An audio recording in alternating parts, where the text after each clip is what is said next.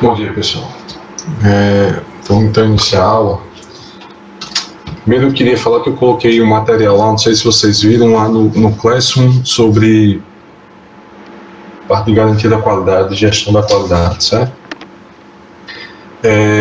Fora esse material, eu vou ainda colocar para vocês um material agora de água para uso farmacêutico, tá? E aí na próxima segunda-feira, eu preciso que vocês, na aula prática, vocês entrem, tá? Então vai ser algo rápido, no máximo aí meia hora, uma hora, de aula síncrona, para eu poder fechar com vocês esses dois assuntos, e aí vai ter duas atividades sobre esses assuntos, tá? Então vocês vão ficar com as atividades para fazer. Cada atividade ela vai valer 1 ponto, e então são 2 pontos e a prova vai valendo 8 pontos, tá? Essas atividades são duas questões sobre os assuntos, e essas questões, cada uma vai valer meio ponto, tá? No Classroom não existe ordem decimal, só, né, ordem de unidades, né? Então, de dezenas, né? E aí o que é que eu vou colocar lá? Eu vou colocar cada questão valendo 5, na verdade é 0,5, tá? Você divide aí por 10, que é o que a gente vai ter. Então são quatro questões, 2 com relativa à garantia da qualidade e 2 relativas à água para uso farmacêutico, tá?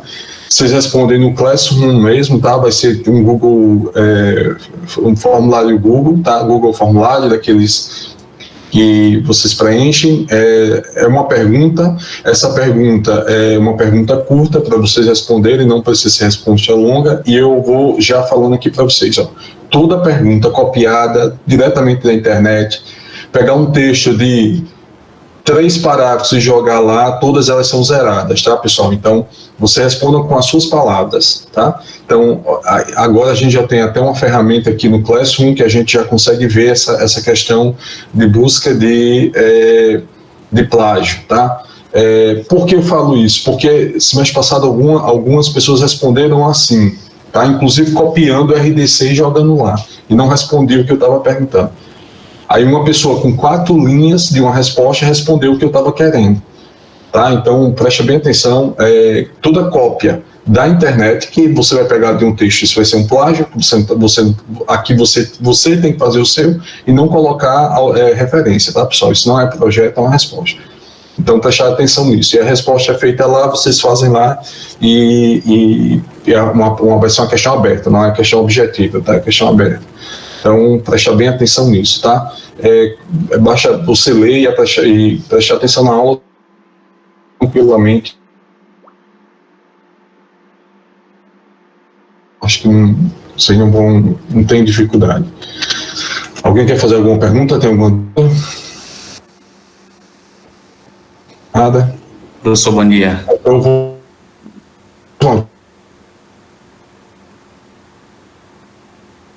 tiver alguma dúvida? Professor, bom dia, tá me ouvindo?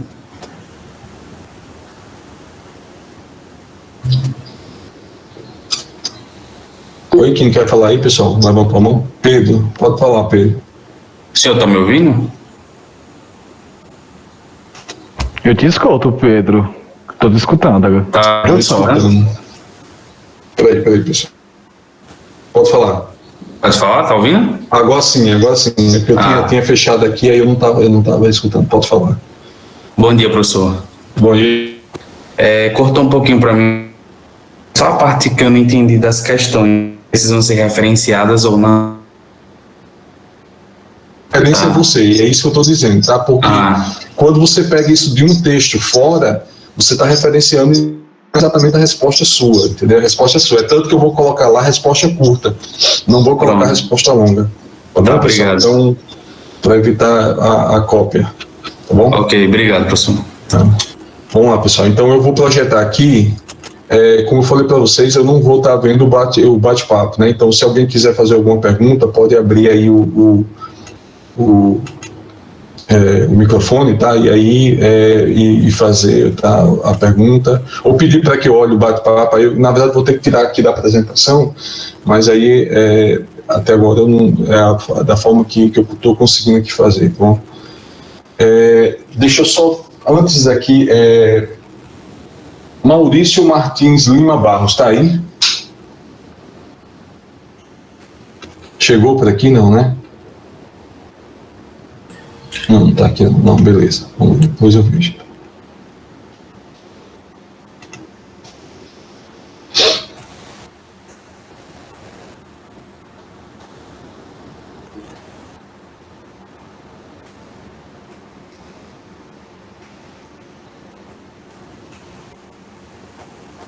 Pessoal, vocês estão conseguindo ver aí? Está projetado para vocês, né? Compartilhado, na verdade. Está passando também, né? Tá sim. Beleza, vamos lá, pessoal. Então, é o seguinte. Então, hoje eu vou falar para vocês sobre água para uso farmacêutico, tá?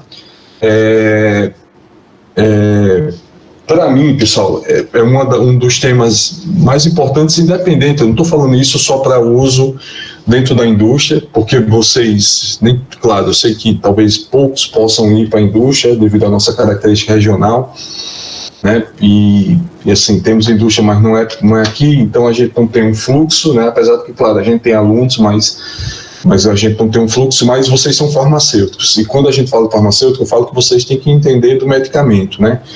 E aí, a aula de hoje, ela serve para tirar essa dúvida com vocês do que utiliza como água para uso farmacêutico, tá?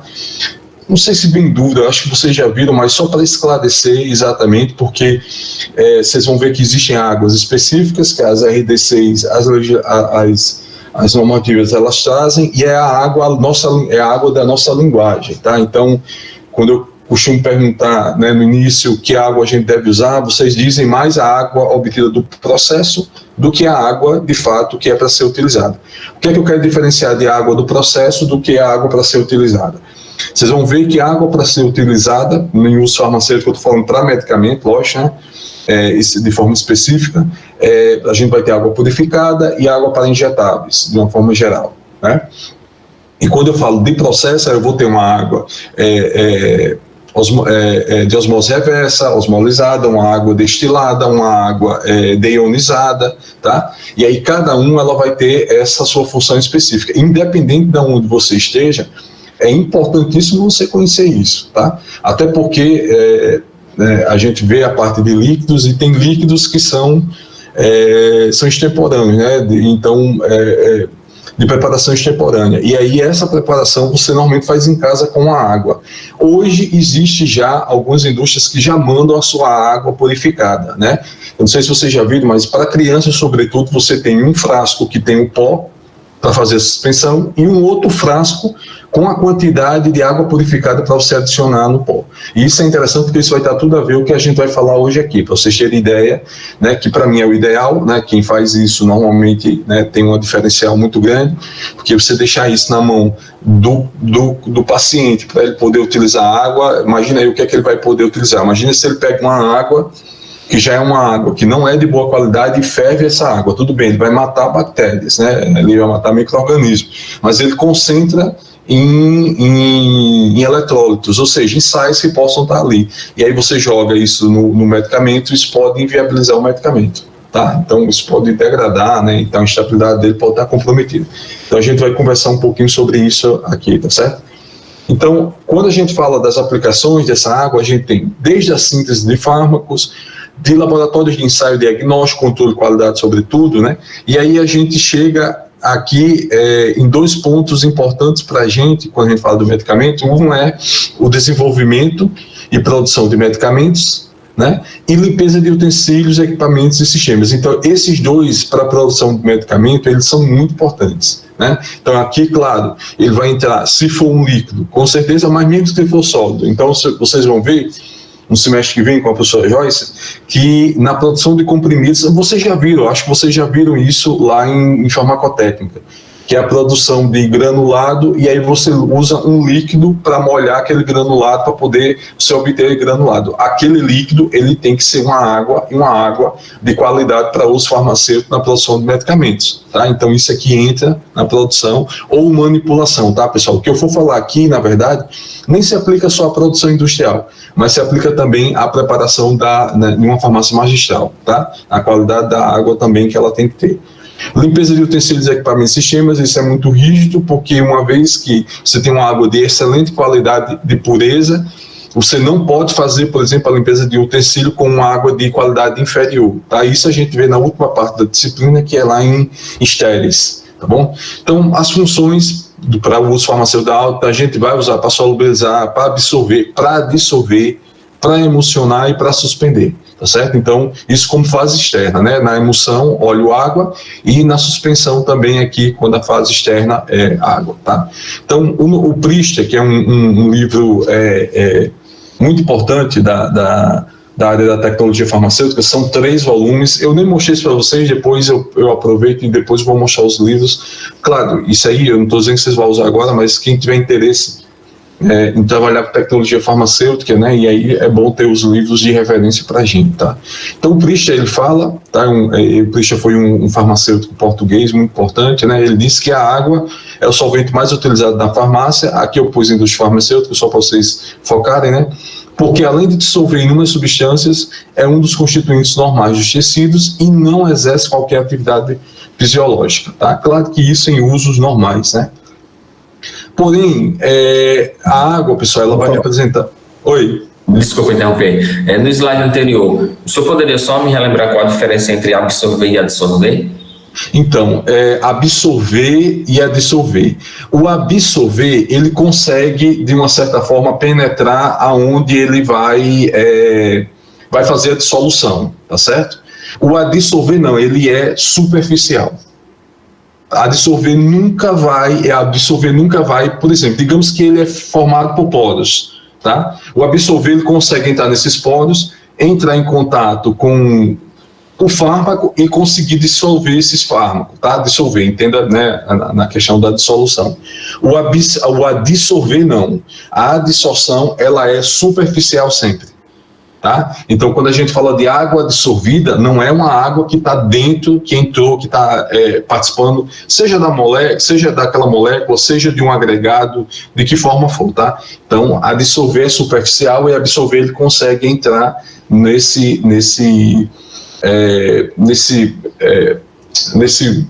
partícula, nesse granulado, que seja, entendeu? No sólido de uma forma geral, tá bom? Superficial e o outro... O outro não seria, exatamente, o outro não seria superficial, tá? O outro, ele tem um maior contato, que aí ele consegue promover um processo de solução melhor, isso para sólidos especificamente, certo? Que eu estou falando.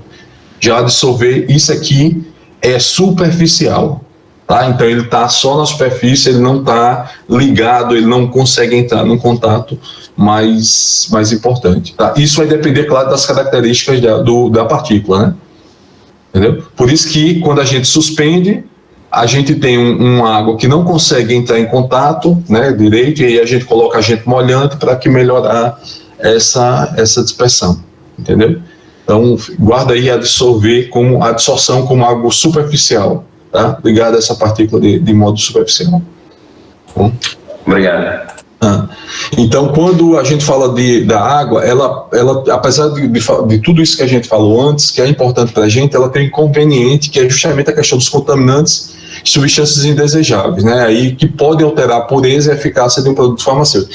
E aí, esse ponto aqui que eu chamo a você, eu chamei a atenção lá no início, mas aqui é importante já falar para vocês. Imagina aqueles medicamentos de reconstituição, né, extemporânea, muitos antibióticos, né, pessoal, eles vêm seco, ou ele vem pó, ou vem liofilizado, né, e aí a gente tem que fazer a reconstituição na hora. A qualidade daquela água, a melhor água para poder se utilizar isso, ali, pessoal, era uma água, eu estou falando isso de uso mais básico, tá? Estou falando isso dentro de uma casa, um uso mais básico. É uma água filtrada e que esse filtro tenha carvão adsorvido, tá? Não é todo filtro que vai ter carvão adsorvido. Ele é mais caro, ele tem um custo maior, então não é assim, tá? Mas é minimamente isso. Mas, claro, nem isso seria de fato se a gente olhar para o medicamento o adequado, porque a gente vai ver que existe uma água específica para poder fazer isso, tá? Mas quando não, até se sugere ferver a água, né, para matar algum micro-organismo e água filtrada também, tá? Como é fervida mesmo, né, professor? Eu sempre usei água fervida. É água fervida. Só que eu falei para você, como eu te falei, certo? Você mata micro-organismo. micro-organismos. Mas se ela tiver for uma água de boa qualidade, eu estou pensando aqui já no extremo, uma água que não é tão boa, entendeu? Que ela seja rica em eletrólitos. Quando você ferve, você vai perder água, você vai concentrar eletrólitos. Dependendo do eletrólito, você pode interferir com o fármaco. Entendeu? Assim, vocês vão ver, o ideal era que a indústria fornecesse a água para a gente. Entendeu?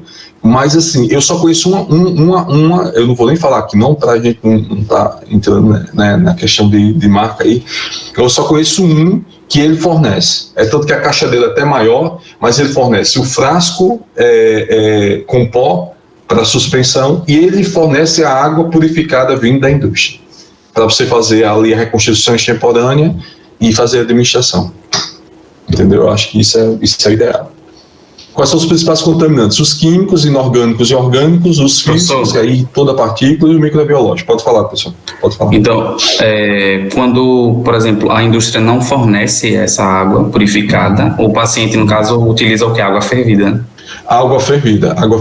Agora, essa água fervida, ela, de preferência, ela tem que ser filtrada, né? Porque se você filtra, porque esse filtro normal que a gente tem, o que é que ele vai tirar? Sais inorgânicos, certo? Que é a nossa maior preocupação. Porque eles podem se ligar a determinados antibióticos, você pode levar a uma instabilidade, ou não, nem só do próprio fármaco em si, mas dos constituintes da formulação, né? Ali, que aí você vai ter conservante, antioxidantes, o que você colocou ali. Então, a água filtrada, ela vai tirar os inorgânicos. E por que eu fervo essa água? Porque a água filtrada, ela não é livre de contaminação microbiológica. Então, quando você filtra, você pode matar bactéria, fungo, qualquer coisa que tem, tá certo? Então, essas duas coisas juntas, para mim, é o ideal para você poder fazer a utilização, tá? Microbiológico, bactéria, leveduras, fungo, que eu acabei de falar, né? Protozoários também.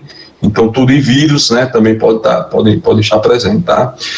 Essas contaminações químicas, né, fonte de alimentação, extração de material em contato, gases dissolvidos, resíduos poluentes. Aí aqui eu chamo a atenção a endotoxinas. A gente vai ver muito agora na disciplina, a gente falar de endotoxinas, tá? As endotoxinas, pessoal, elas são de origem microbiana, tá? Quem é que originam as endotoxinas, pessoal?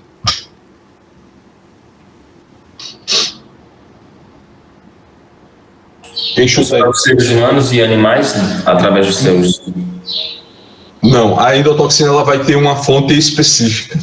Que todas as vezes, vocês vão sempre correlacionar isso. Toda vez que eu falar de endotoxina, vocês vão correlacionar com essa contaminação específica. Eu acho que é bactéria, né? Exatamente. Qual tipo? Específico. Os dois tipos. Existem dois tipos. Gram-negativo, exatamente. Nunca deixem de associar. Se vocês associam endotoxinas, é sempre gram-negativas. Exotoxinas, gram-positivas. As exotoxinas não são um problema para a gente, na indústria farmacêutica, tá? De uma forma geral. Vocês vão ver, sobretudo lá na estética. Mas as endotoxinas são. Pessoal, mas como é que ela é de origem microbiológica? Por que ela está fazendo aqui no químico? Porque, pessoal, na verdade, quando ela está na bactéria, a endotoxina, que é o lipopolissacarídeo que está ali na parede, certo? Na parede da gram-negativa. Ele não tem problema. O problema é que quando você destrói a bactéria, que é o que a gente faz em muitos processos, você libera o LPS. E aí é justamente o LPS livre que é a endotoxina, que é o nosso maior problema na indústria, tá certo? Então, apesar de vir de bactéria, a contaminação é do tipo quê? Química, tá certo? E resíduos de produtos utilizados na limpeza, higiene, sanitização, tudo isso pode fazer parte. Material particulado, sílica, da tubulação, pode vir na tubulação, resíduos, né? Resíduos de colóides. Colóides são partículas muito pequenas, né? Certo? Que são formadas, por exemplo, por partículas, por tensoativos, tá? Por exemplo, você lava uma louça ali, escorre ali na pia, aquele tensoativo que escorre ali, ele forma um colóide, tá? Então, tudo isso pode fazer a parte do material particulado, né? E aí vem os microbiológicos, que são os que mais nos preocupam na questão da contaminação, tá? As bactérias, né? Então, os gram-negativos, então, sobretudo, pseudomonas, né? Aqui ela é destacada porque a Pseudomonas, ela é de tudo o micro-organismo mais indesejável que a gente possa ter na produção farmacêutica, seja de um medicamento não estéril ou do medicamento estéril, tá certo? Tá, ela é muito, sobretudo estéril, isso aqui ela tem um controle específico, tá? Pela sua capacidade, sua virulência e assim por diante, tá certo? Os coliformes totais e termotolerantes, então a E. coli, Citrobacter, Enterobacter e Klebsiella, todos eles são importantes. E aí eu deixo aqui a E. coli. Por que E. coli? Todas as vezes que a gente tem uma contaminação por E. coli, significa que a gente tem uma contaminação fecal, seja humana ou seja de animal. Tá? Então, existe um controle com relação à E. coli muito grande, desde a água potável, né?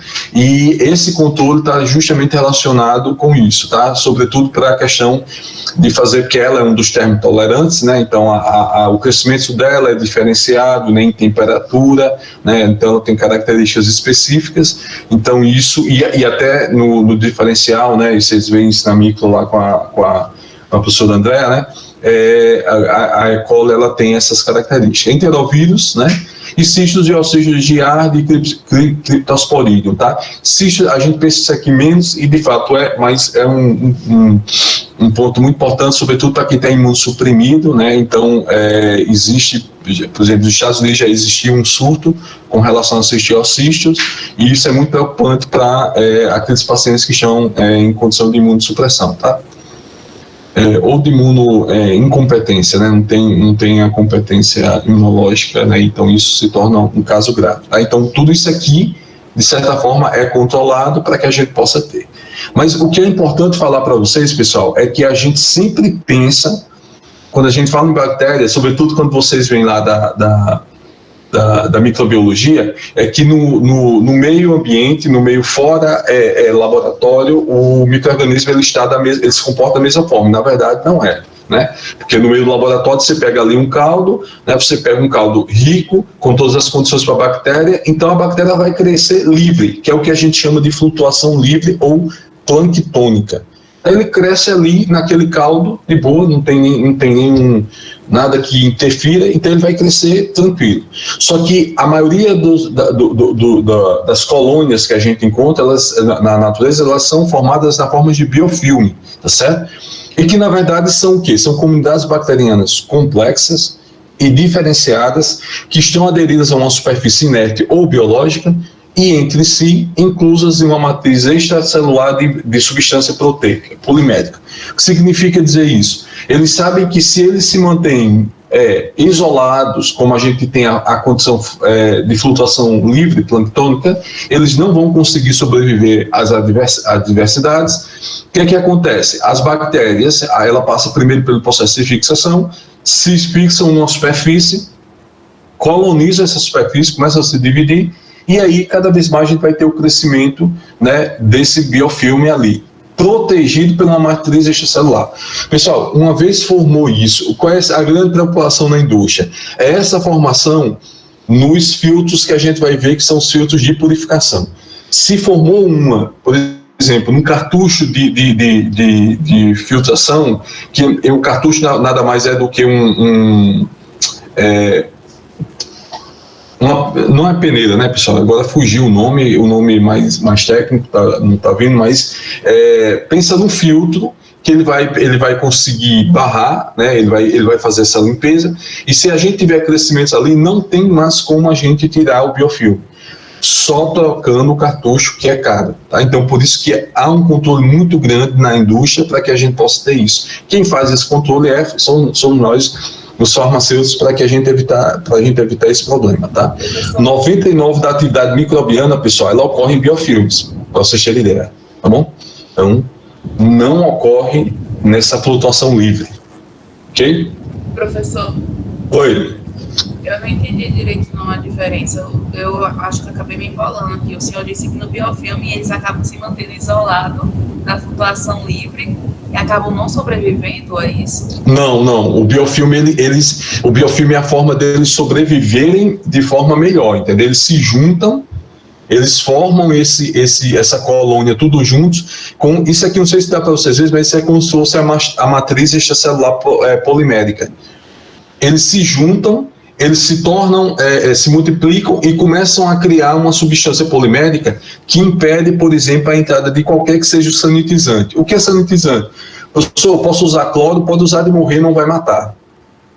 Entendeu? Então, os biofilmes, eles são uma condição otimizada para poder sobreviver de uma forma geral. Entendeu? Então, o que é o contrário dessa flutuação livre? É que eles vão estar tudo assim, aderido a um ao outro. Eles se juntam, as bactérias umas às outras, e vão estar nessa condição e vão estar no meio otimizado, tá? Então, entenda o biofilme como a melhor forma de sobrevivência deles. Pode falar.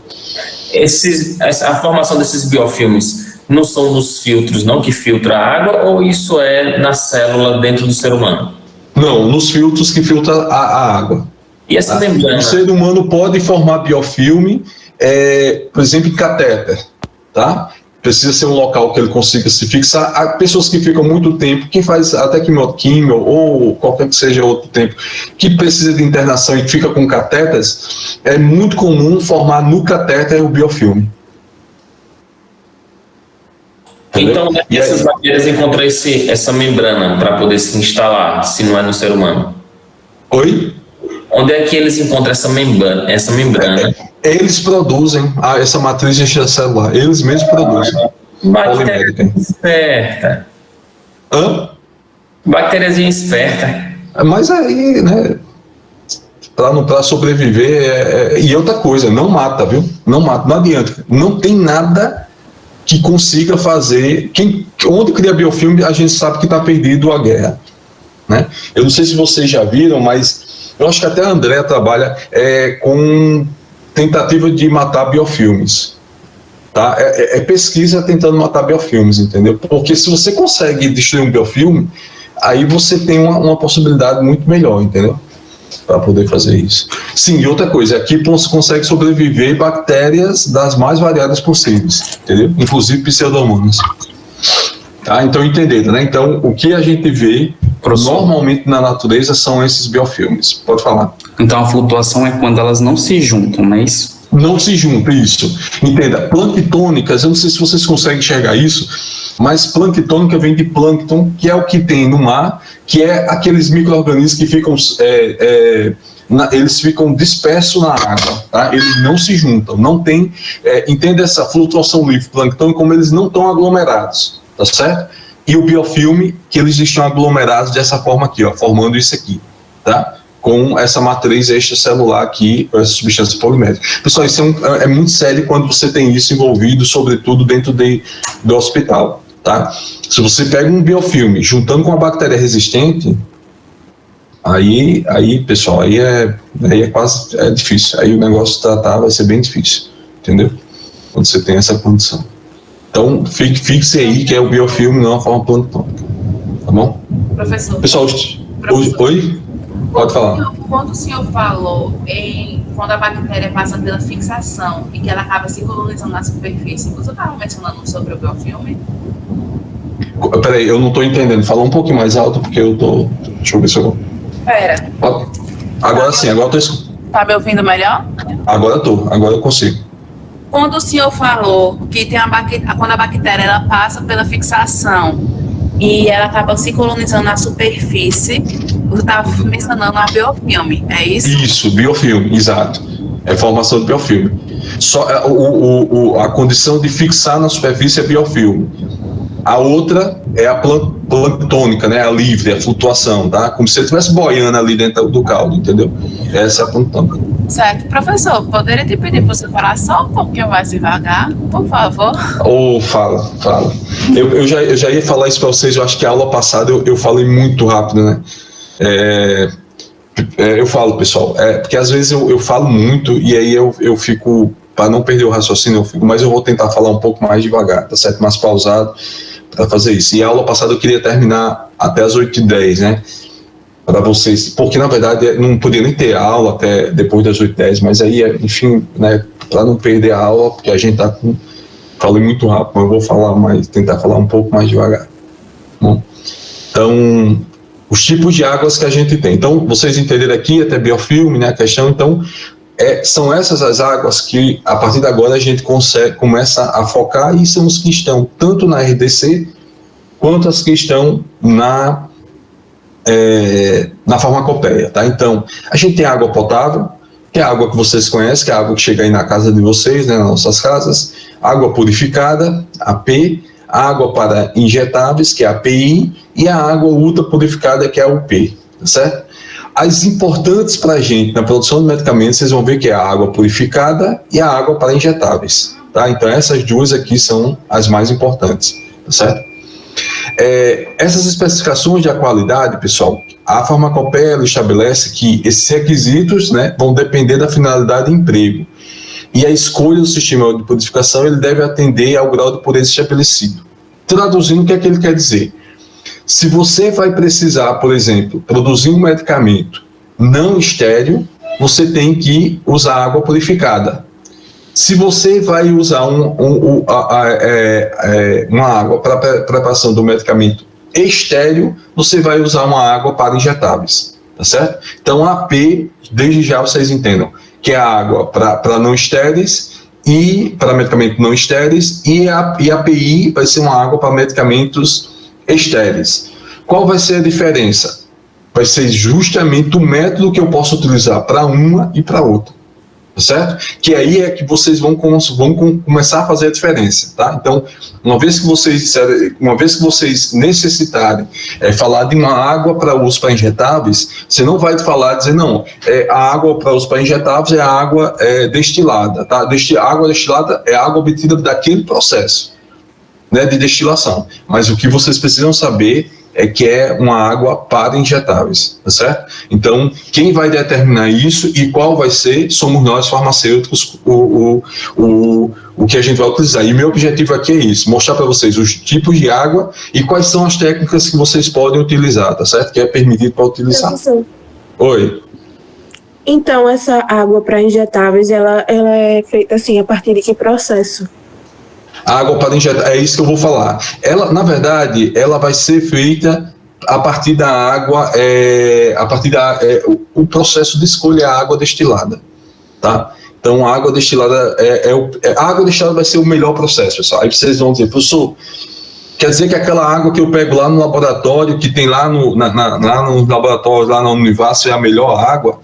A água destilada do processo, sim. A forma de obtenção ali é que a gente não tem o controle que a gente tem na indústria, tá? Porque toda destilação ela precisa de controle. E aí essa é a diferença. Mas é a melhor água, tá certo? Eu vou explicar isso para vocês, tá? Bem direitinho. Aí eu vou falar de cada uma dessas aqui, vocês vão entender, tá? Água potável, tá? Então, a primeira que a gente falou aqui é água potável, mas, professor, por que água potável se ela não é utilizada para produção? Ela não vai ser, mas ela é considerada pela RDC 17/2010 como a água de entrada, é a matéria-prima de entrada para produzir uma água de melhor qualidade, tá? Então, para produzir a água purificada e a água para injetáveis, a gente sempre tem que partir de uma água potável. E qual é essa água potável? É aquela que é fornecida no sistema público, tá certo? Professor, a indústria lá, o local que vocês estão trabalhando, não só a indústria, né, porque até uma clínica, se ela faz hemodiálise, ela precisa de tratamento de água, tá, para poder fazer essa utilização. Hospital é outro local, que é um exemplo disso. Se eu preciso utilizar, se não pego exatamente do sistema de água, né, que é fornecido, se tem um poço e cavou, você pode, mas você vai ter que provar que aquela água do poço ela vai ser potável, que é muito provável que ela não seja, porque você só pode partir para usar aquela água quando ela tiver a característica de potabilidade, tá certo? E aí ela traz exatamente falando o que é essa água potável, né, e que deve ser realizado os testes periódicos para confirmar ela. Aqui eu trouxe só para vocês entenderem. Pessoal, isso aqui não tem nem, eu acho que nem 2% do que eles exigem para uma água potável, tá? Mas, por exemplo, a E. coli que eu falei, o coliformes termotolerantes, tem que ter ausência em CMLs. Coliformes totais, ausência em CMLs. Bromato, aí ele vai dar isso, clorito livre, cloreto, monocloramina, ele vai dando o quanto que ele pode ter valor máximo permitido naquela água analisada, tá certo? Então, a água potável, ela tem essa característica. E o que é que eu posso falar para vocês? Professor, qual é a grande diferença da água que eu recebo aqui na minha casa para a água purificada ou água para injetáveis, tá? Entre todas, claro, o microbiológico é importante, mas eu acho que entre todas, o principal é a concentração de eletrólito presentes. Por isso que eu disse a vocês que quando a gente compra aquele medicamento para fazer reconstituição, o ideal é que você pelo menos passe por um processo de purificação daquela água, tá? Eu digo purificação de filtração. E o ideal que seja pelo menos uma filtração com carvão ativado, entendeu? E depois ferve essa água, porque aí você mata, entenda, quando eu filtro, eu tiro as substâncias inorgânicas, eu vou falar isso mais na frente, mas eu não tiro as microbiológicas. Entendeu? Então, quando eu filtro, eu tiro as inorgânicas, e quando eu fervo a água, eu mato as microbiológicas, tá? Os possíveis micro-organismos que possam estar presentes. Então, por isso que as duas coisas são importantes, tá? Para que é utilizada? Etapas iniciais de procedimento de limpeza, isso na indústria, tá? E fonte de obtenção de água de mais alto grau de pureza. A farmacopeia brasileira, ela fala que o ponto de partida, aí entre parênteses aqui, ó, pessoal, matéria-prima para qualquer processo de purificação de água para fins farmacêuticos, tá? Então, o que significa dizer? Por que ela é importante para a gente? Porque para eu obter água purificada e água para injetáveis, eu vou ter sempre que partir de quê? Da água potável, tá certo? Não pode ser de outra água que não tenha a característica de potabilidade, tá? Ela tem que ser potável para que a gente possa utilizar ela, tá certo? Aí agora a gente fala da água para... Oi? Esses testes de potabilidade, eles são feitos com que frequência? Tem que ser tipo, diariamente? Então, esses testes, na verdade, a da potabilidade, se você recebe do sistema, quem vai garantir é o sistema de que te fornece, tá? Mas isso não impede da indústria fazer. E ela faz para coisas para micro-organismos, sobretudo E. coli, né, como eu mostrei para lá, e todas essas análises, elas são diárias, tá? Não exatamente fixando na potável, mas na purificada, isso é feito de forma diária. Na purificada e na água para injetável, diária. Se tiver produção diária, por exemplo, se todos os dias você tiver que produzir um lote de medicamento não estéril, ou um lote de medicamento estéril, todos os dias você vai ter que ter a análise daquela água que você vai utilizar. A água ela é analisada antes, ela é analisada durante, ela é analisada após, que isso aí, claro, já vai estar no medicamento, tá certo? Mas ela é diário, isso é uma análise diária, tá? Tem coisas muito simples, porque hoje, se vocês virem a análise de água, tem kits e mais kits para poder fazer essa análise, né? E aí é importante porque se você tiver, por exemplo, uma água que é contaminada, você não pode liberar ela para a produção. Como é que você vai liberar uma água que está contaminada? Eu digo contaminada acima do estabelecido, isso para água purificada, né? E quando a água para injetáveis, quando ela tem que ter uma qualidade ainda melhor, tá? Você não pode liberar se tem, né, uma contaminação muito grande, entendeu? Então isso é feito de forma diária e antes da produção. Então, o que é que ele estabelece? Essa água ela deve cumprir as especificações aceitas pela Anvisa, né, pelas farmacopeias, no caso a nossa brasileira, e o sistema de purificação ele deve ser projetado para evitar a contaminação e proliferação de micro-organismos, né? Esse projetado aqui se refere àquilo que eu falei antes para vocês, por exemplo, quando a gente for ver lá os cartuchos de filtros, né, que utiliza na osmose reversa, quando é utilizado e se ela não tiver cuidado vai contaminar, formar biofilme, tá certo? Então, por isso que a gente tem que ter sempre essa atenção, tá? Ela é produzida, né, a partir da água potável, que eu falei para vocês, a água potável é sempre a água de entrada, né, e deve atender às especificações estabelecidas na farmacopeia, tá, na monografia. Quais são especificamente? Basicamente essas, pessoal. Condutividade máxima de 1 microsiemens por centímetro a 20, ou resistividade, né, menor do que 1, COT, carbono orgânico total, menos de 0,5 mg por litro, contágio total de bactérias heterotróficas, menos de 100 UFC por ml. Aí não pode ter nem pseudomonas, nem coliformes, tá certo? Ausência, não pode ter. E não conter qualquer outra substância adicionada, Tá? Então, essa é a característica da água purificada. Tá? Então, lembre-se, de acordo com já diz com a própria palavra de água purificada, todas as vezes que eu vou ter uma água de melhor qualidade, né, que aí vocês vão ver que isso é uma crescente, eu retiro os sanitizantes. Tá? Então, quando eu falei para vocês aqui, deixa eu só voltar rapidinho aqui, ó, isso tudo aqui, bromato, clorito, cloro livre, cloreto, monocloramina, trialometanos, tudo isso aqui, eles estão presentes na água potável porque quem é responsável pelo abastecimento coloca para matar micro-organismos, tá? Só que na produção de medicamentos, a gente precisa retirar todos eles, tá? Então é um processo contrário, pessoal. Enquanto que o sistema de abastecimento público, ele coloca para garantir que não haja proliferação de micro-organismos, bactérias, fungos, assim, né? A gente retira para poder deixar uma água com melhor qualidade. E sempre associe, quando eu falar de condutividade, eletrólitos livres que estão presentes lá. Todas as vezes que eu tiro mais esse eletrólito, eu mudo a condutividade. Ela aumenta ou diminui?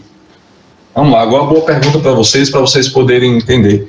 Se eu tiro os eletrólitos, a condutividade, ela aumenta ou diminui? E a resistividade? Ela diminui. Exatamente. E a resistividade vai o quê? Vai aumentar. Né? Cada vez que eu tirar, a condutividade diminui a resistividade, porque a resistividade vai ser a resistência a passar a corrente. Cada vez que eu tenho eletrólito, isso passa mais por causa dos íons, né, que estão ali dissolvidos. Quando eu retiro, eu diminuo essa questão da condutividade e aumento a resistividade, tá? Isso é um parâmetro importantíssimo para que vocês possam fazer o diferencial entre a qualidade de uma água, tá certo? Isso pode ser a questão até de um concurso, pessoal, mostrando as diferenças em condutividade e resistividade e você ir associar qual é a qualidade daquela água com relação, né, a essa pureza, tá? Então, para que é utilizado a água purificada? Veículo na produção das formas farmacêuticas não estéreis, tá? Deixei aqui destacado. Produção de cosméticos, preparo de meio de culturas e lavagem de materiais, tá certo? Então, isso é fundamental. Para que, uma vez utilizou, você mantém aquela água. E quando eu falo de lavagem de materiais, é que eu não posso pegar água potável para lavar um material que é utilizado para a produção de medicamento não estéril. Eu tenho que ter uma água de igual pureza para poder evitar a contaminação, certo? A segunda é a API, a água para injetáveis, como eu falei para vocês, né? Então ela também tem que cumprir as exigências de Anvisa e é adequada para produtos não estéreis, tá? E aqui ele fala no parágrafo único, que eu estava falando agora recente para vocês, que essa água para injetável, ela também deve ser utilizada no enxágue final após limpeza de equipamentos e componentes que entram em contato com produtos estéreis. Então, na produção de produto, de uma linha de produção de produtos estéreis na indústria, a gente só pode lavar o equipamento se for com API. Professor, eu posso usar uma água purificada? Não. Você tem que usar uma água API de qualidade. E água potável, muito menos, tá certo? Isso tem que ser mantido, esse padrão de qualidade. Vocês vão ver que o padrão de qualidade de menor contaminação, ele vai crescendo, vai falando dessas coisas. Então, atender os requisitos da água purificada. Oi.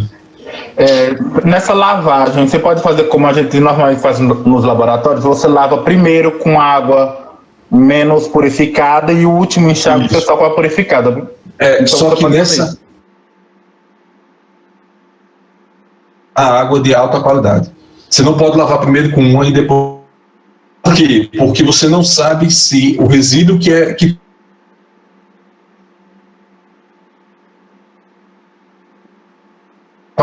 então você só lava com de igual qualidade. Então, se você faz preparação você só lava com API. Não tem como fazer diferente, tá? Aqui, ó,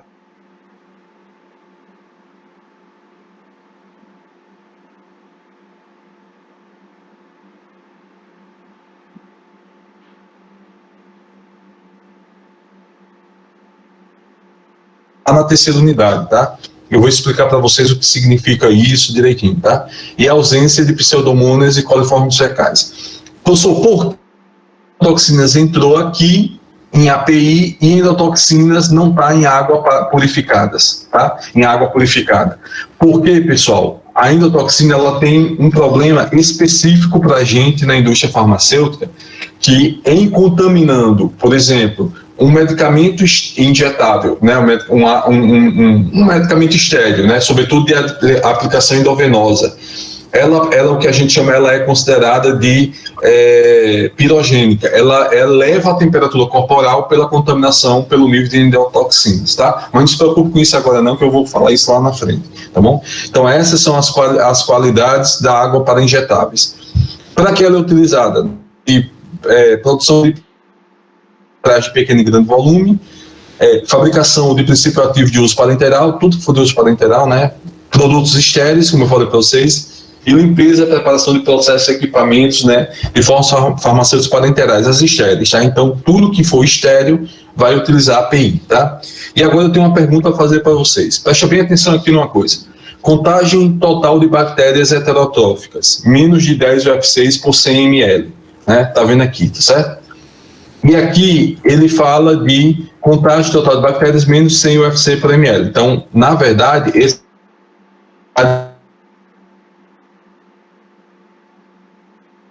a minha pergunta é o seguinte, pessoal. Eu não estou falando de água para injetáveis, eu estou falando de um medicamento que é uma água para medicamento estéril, né? Como é que eu posso permitir menos de... Essa água é estéril ou não é estéril? Para mim ela é estéril. Eu compreendo que é uma quantidade a qual o nosso corpo consegue combater sem trazer nenhum dano. Uhum. Sim, mas mesmo que ele diga menos de 10 UFC, permitindo que tenha algum crescimento, você pode considerar estéril? Então não. Então não. Professor, eu acredito que nada é totalmente 100% estéril, né? É claro, a gente sempre vai ter uma possibilidade de uma contaminação, tá? Mas isso aí vai fugir porque é mais a questão da probabilidade. Aqui, ele estabelece que pode ter, né? Porque se ele diz que é menos de 10 UFC por ml, eu posso ter 5 UFC por 100 ml, digamos. E aí eu tenho crescimento, e eu vou ter micro-organismo, tá? E por que para água para injetável? Porque ele estabelece isso. Deixa eu explicar para vocês, tá? São duas coisas importantes que vocês vão distinguir a partir de agora, né? A água para injetáveis, essa API, ele não existe que ela seja estéril, tá? Então, de fato, isso aqui diz que a água não é estéril. Por que é importante falar isso? Eu já vi uma aula, pessoal, na internet, e agora a gente está tendo muita aula na internet, e a professora falando que essa água era uma água estéril, e ela não é uma água estéril. Porque se eu permito, ela pode até chegar no nível de esterilidade, mas o que eu estou falando é que aqui ele permite que a água tenha uma quantidade de unidades formadoras de colônia. E por que isso é importante? Porque, pessoal, essa água para injetáveis API, quando ela é matéria-prima, ela vai ser utilizada para a produção do medicamento e durante a produção desse medicamento, de alguma forma, ela vai passar, o medicamento, essa água que vai estar no medicamento, ele já vai ser um medicamento, produto, na verdade, vai passar em algum momento por um processo de esterilização. Sobretudo, nesse caso específico aqui, que é essa água, ela passa pelo processo de esterilização por calor úmido. Sabe aquela esterilização que a gente faz nas autoclaves? Aquilo existe na indústria, mas de uma forma totalmente diferente, porque cada autoclave, pessoal, é do tamanho de uma sala de aula daquela da Univasf, para vocês terem ideia.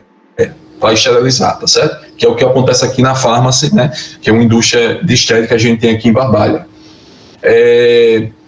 Então, essa água, de início, ela não precisa ser estéril, porque isso vai garantir que ela vai passar por um processo, tá certo? Então, isso é uma coisa. Mas existe um outro fator que é muito, muito importante, sobretudo para quem for para hospital, tá? Quem for trabalhar em hospital.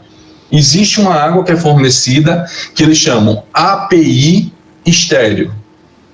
Professor, e qual é a diferença daquela API estéril para essa API? Essa API aqui é matéria-prima que é utilizada para a produção do medicamento, tá certo? Essa API estéril ela é utilizada para diluir medicamentos estéreis, né? Quem trabalha ou quem já teve experiência em hospital ou vai passar por hospital, isso vai ser muito comum. Essa API, que vem normalmente umas bisnagas, né, que é utilizada para diluição em hospital, pessoal, e ela tem API estéril, significa que é uma água obtida normal, tá? Essa é uma água API obtida de forma normal, só que ela foi envasada, ela foi colocada lá, né, ela foi no recipiente, e ela foi esterilizada, e ela só tem a água ali.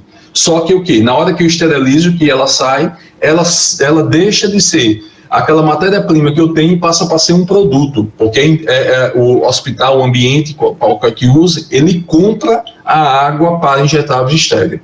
Tá certo? Então esse é diferente, não misturem esses dois fatores, certo? Pode falar.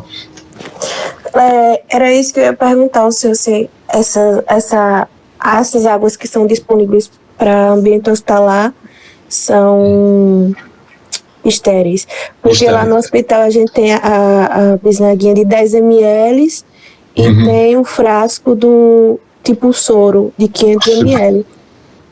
De água para injetável? Água para injetáveis. Quem está falando é Denise, é? Isso. Denise, certo. Então é isso. É exatamente isso, Denise. Essa água aí que tem essa API e tem API estéreo, isso é produto, pessoal. Isso não é essa água exatamente aqui. Essa água que eu estou falando aqui, para chegar nesse processo de ter essa quantidade mínima aqui, ela não está passando por um processo de esterilização, tá? Estou falando de processo de esterilização clássico que é usado na indústria farmacêutica. A gente vai ver que ela obtém, mas ela não passa pelo processo de esterilização clássico, tá? Pessoal, deixa eu passar aqui, senão vou me perder com o tempo também, certo? Mas é isso, tá? Entender a diferença, né? Então, a API estéreo é produto acabado que passou pelo processo de esterilização, tá? Precisa ser estéreo essa água? Não, ele permite que uma quantidade, mas ele sabe que nessa quantidade mínima, o processo de esterilização consegue destruir todas as bactérias, tá? Então, utilizada aqui, como eu falei. A última é a água ultrapurificada, ou AUP, tá? Então essa daqui ela vai ter baixa concentração iônica, microbiana, basicamente para que ela é utilizada, pessoal, para ensaios de laboratório, controle de qualidade e limpeza final de equipamentos, tá certo? Basicamente é isso, porque ela é ela tem uma concentração tão baixa de contaminantes que ela é ideal, por exemplo, para fazer qualquer análise para evitar um falso positivo, digamos. Só para vocês terem ideia, olha a condutividade dela quanto é, 0,1 microsiemens, e a resistividade é maior do que 18. Se a gente comparar isso aqui com a água purificada, ou a água para injetáveis, aqui é maior do que 1, e aqui a máxima é de 1,3. Eu caio aqui de 10 vezes para 0,1 e uma resistividade maior do que 18, certo? Mega-ohms por centímetro. Tá? Então isso é uma característica. A quantidade também de bactérias é menor e a de endotoxinas também, né, se mantém do padrão que a gente estava falando anteriormente, a água para injetáveis, tá certo? Então essa é a característica. A grande diferença, é claro, vai ficar aqui na questão de bactérias e condutividade, tá? Então a água ultrapurificada, ela tem a quantidade de eletrólitos dela é praticamente zerada, tá? Porque o processo permite que faça essa eliminação, tá bom? Então, nesse processo de purificação, pessoal, quem vai determinar isso somos nós, tá? A Anvisa publicou um guia para o sistema de purificação de água, tá? E aí ele vai falar exatamente o que é que a gente tem que fazer, quais são os níveis de limpeza que a gente tem que ter, né, das impurezas físico-químicas, biológicas e microbianas, tá? E a farmacopeia, ela também fala que essa contaminação da água, desse controle da contaminação é crucial, porque ele diz que uma vez que a água ela tem grande capacidade de agregar compostos diversos, então também de se contaminar novamente após purificação. E isso é um fator muito importante. Toda a água que ela é purificada, ela contamina muito mais rápido. Por que ela contamina muito mais rápido? Porque está com um caminho totalmente livre. Então, qualquer um que chegar já toma de conta. Exatamente. Não tem mais... Pessoal, quando a gente retira os sanitizantes, cloro, cloramina, e eu propicio o ambiente para qualquer crescimento. Então, por exemplo, para vocês terem ideia, a água ultrapurificada, que é utilizada só mais no ambiente laboratorial, né, nos laboratórios, ela não pode ficar conservada mais do que 24 horas. Aí você vai no laboratório, isso é muito comum, né? A gente aqui trabalhando nos laboratórios acadêmico, né? Coloca uma água destilada num barrilete assim, deixa lá um mês, tá? certeza que a água ali já contaminou de tudo, entendeu, pessoal? Porque é uma água de melhor qualidade. Se é uma água de melhor qualidade, ela vai ter muito menos sanitizantes do que tinha antes, tá? Então a contaminação é muito maior. Tá? Isso aqui eu coloco lá para vocês, quem quiser um dia, se for utilizar aí, né, necessariamente, se quiser ler na disciplina também, mas para vocês poderem ver depois, tá? Mas existe esse guia para a Anvisa fez um guia completo do sistema de purificação de água, porque a gente não tinha parâmetros. O título 6 da água para uso farmacêutico, RDC 17, é muito bom também. E o capítulo 8.5 é água para uso farmacêutico da Farmacopeia Brasileira, certo? A 6ª edição. Então, tudo isso vai falando sobre água. Não existe livro que trate disso, tá? Não adianta vocês lerem, se você for ler algum livro, é muito mais possível que você... Eu digo esses livros que tem na biblioteca, algum livro assim, vocês fiquem mais confusos do que vocês entendam. Porque existe tradução, é uma complicação muito grande. Algumas pessoas já trouxeram até para mim daquele Ansel Popovic, que tem alguns que chamam Ansel, outro de Popovic. O que ele diz lá, a tradução, pessoal,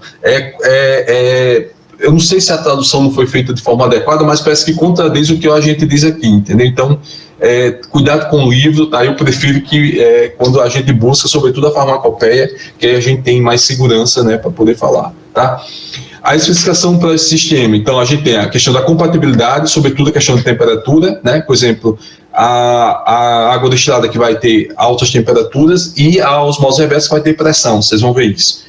Prevenção de vazamentos, né? Resistência à corrosão, então isso é a qualidade, né? Vocês vão ver do material, que é justamente o que está aqui, ó. Eu vou adiantando para vocês que é aço inox 316L, tá? Esse é o que tem uma boa resistência à corrosão. Acabamento interno liso, ou seja, evitar asperezas e fissuras. Por que o acabamento interno tem que ser liso? O que vocês associam isso? Porque nas frechas é onde pode se acumular bactérias e contaminar. Exato. E esse acumular bactérias se chama o quê? Contaminação.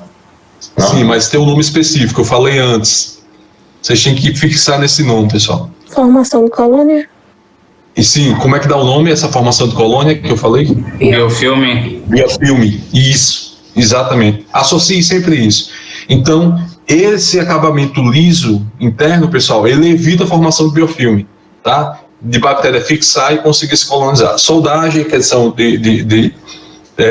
do aço inox para que não haja vazamento, flanges, juntas, tudo isso tem que ser de forma que facilite a higienização, né? A documentação para como utilizar e o material, como eu falei para vocês aqui. Então, ácido inox 316L e o PVDF, que que são os tubos utilizados para conduzir, tá? Então, não usa aquele tubo, aquela condução que a gente conhece normalmente, que é utilizada, né, no sistema de abastecimento público, não, tá? Então, o sistema é melhor, tá?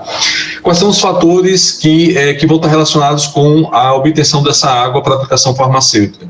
Qualidade da água disponível no início do processo, sempre vai ser potável, mas, claro, ela pode ter variações nessa sua quantidade, desde que esteja dentro daquele parâmetro que eu falei, né? Qualidade e quantidade de água a ser produzida, só para vocês terem uma ideia, lá na indústria, aqui na farmácia, tá? Eu vou dar um exemplo para vocês, quando a gente ia lá, e eu conheço bem, né? Tem um colega que trabalha lá, a produção deles, pessoal, é uma produção de por volta de 3.000 a 5.000 litros, tá, de água. Então, você tem que ter um sistema muito robusto para que você consiga tanto manter a qualidade quanto a quantidade de água a ser produzida, tá? O modo de produção vai ser uma osmose reversa, vai ser uma destilação, tá? Basicamente, vocês vão ver que é isso. E o custo de implantação e operação desse tratamento, tá? Que é um outro aspecto importante, sobretudo quando tem aquecimento. Tudo que tiver aquecimento, o que é que sobe, pessoal? O consumo de energia, né? Porque vai ter que aquecer, então isso eleva o consumo de energia. E, sobretudo agora, isso é um problema muito sério. As técnicas de purificação, pessoal, da água. A gente tem o pré-tratamento, que é pré-filtração, adsorção, tratamento, aditivos, coabradadores. As resinas, que é a deionização e a eletroionização, os com membrana, que é microfiltração, ultra, nano e osmose reversa, e o calor, que é a destilação, tá? Então tá dividido nisso aqui, tá? O professor precisa passar em tudo isso? Não. Ele pode passar pela pré-filtração, deionização, pular direto para a destilação. Ele não vai fazer a osmose reversa, digamos, certo? ele passa por pré-tratamento, quase todos passam, isso aí é quase possível, a deionização e osmose reversa, tá? O que nunca vai poder fazer é ele sair de um pré-tratamento e pular direto para a osmose reversa. Por quê? A resina, ela elimina muitos eletrólitos, tá certo? E se a gente coloca uma grande quantidade de eletrólitos, por exemplo, na osmose reversa, que são membranas, vocês vão ver isso aí, eu vou mostrar para vocês, você encope todas as membranas, os poros, você acaba com o sistema, tá? Você detona todo o sistema. A gente vai falar. Aqui o pré-tratamento, né, que aí a gente tem a pré-filtração, a absorção por carvão ativado, como eu falei para vocês, aditivos químicos, abrandadores, são sistemas como esses de aqui, tá, pessoal? A água de entrada, ela passa por esse sistema para que a gente possa ter ela levando para a osmose reversa ou para a destilação, tá? O senhor tem que fazer isso, é imprescindível. Se você não fizer, você destrói seu sistema, tá? Porque aqui ajuda a amenizar, tá? No pré-tratamento, por exemplo, pessoal, isso aqui é exatamente para você tirar, sobretudo, alguns tipos de eletrólitos, de material particulado, é como a limpeza de piscina, tá? Então, a fase da coagulação e floculação, onde você coloca o material ali na água, né, que vai começar a coagular, decanta, ele deposita, né, depois você faz a remoção dessas partículas, que é a filtração, e a desinfecção, que é a inativação com de micro-organismos patogênicos, certo? Que possam estar presentes, tá? Basicamente, o que é que acontece aqui? Para você tocar em miúdos, para vocês entenderem. A filtração, ela vai eliminar, pessoal, e aí ele utiliza filtros de areia ou combinação de filtros. Isso daqui com aquele filtro que a gente usa em filtros domésticos, tá? Que aí a gente coloca água em cima e vai aquele filtro bem tradicional de barro, entendeu, pessoal? Isso aqui é isso. Só que é muito simples, tá? Claro, eu sei que isso para o uso em casa, isso é fundamental, sobretudo em locais onde você tem um acesso a uma água muito boa, né? Mas assim, é muito elementar, tá? A adsorção de carvão ativado, que é sempre muito importante. Então, a adsorção, ele vai fazer a adsorção de compostos orgânicos e contaminantes, ou seja, cloraminas, cloro livre. Lembra que eu falei de adsorção lá na frente, absorver, que é ficar na superfície? A adsorção por carvão ativado é isso, pessoal. Adere sobre a superfície dele, tá? A bactéria fica sobre a superfície dele, ele retém isso, tá bom? Então, isso é a adsorção, sobre a superfície. E aí, ele vai fazer isso, né, a absorção de compostos orgânicos e contaminantes, né, e aí, essa retirada dos agentes sanitizantes, ele vai propiciar o crescimento bacteriano e a formação de biofilme. Então, é aquilo que eu falei para vocês. Quando a gente tem um filtro em casa que é de carvão ativado, a gente tira a cloramina, cloro livre, e aí você consegue tomar uma água de uma boa qualidade, quase, né, evitando esses sanitizantes. Contudo, a água que você obtém pode ser uma água que seja propícia para o crescimento bacteriano, porque você está tirando o sanitizante, entendeu? Então, é sempre esse jogo. Retira sanitizante e aumenta a possibilidade de contaminação, tá? Tratamento com aditivos, pode utilizar todos esses, contudo, eles têm que ser removidos em algum passo posterior. Tá certo? Então, disso aqui a gente estava falando de retirada, né, na adsorção do carvão ativado. Aqui a gente está falando de adição de acordo com a necessidade da qualidade da água, tá certo? E tratamentos com abrandadores. Esse de aqui é fundamental para remoção de cálcio e magnésio, que a gente chama de água dura, que é usada, que utiliza resinas de toque iônica, tá? É fundamental.